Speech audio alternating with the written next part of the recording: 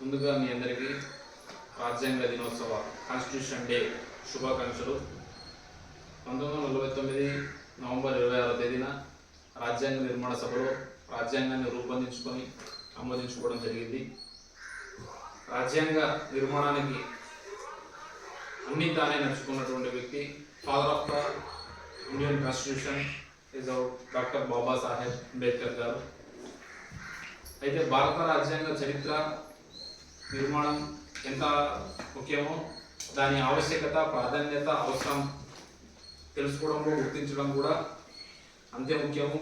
అందువల్ల ప్రతి పాఠశాలలోను, కార్యాలయాల్లోనూ భారత రాజ్యాంగ ప్రవేశిక ఫోటోను, ప్రతి పాఠ్యపుస్తకంలోనూ రాజ్యాంగ ప్రవేశిక ఫోటోను ముద్రించడం జరిగింది. రాజ్యాంగంలో దేశం అంటే ఏది, పౌరులంటే ఎవరు, వారి హక్కులేవి, ప్రభుత్వం ఏం చేయాలి, రాజ్యాంగ పదవులేవి, నిబంధనలేవి, మనం ఏ చట్టం, మన శాసనసభ ఏ చట్టం చేయాల్సి వచ్చినా దానికి రాజ్యాంగం ఆమోదయోగ్యత ఉండాలి. అది లేకపోతే వీలు కాదు. వాటిని రక్షించడానికి న్యాయస్థానాలు ఉంటాయి.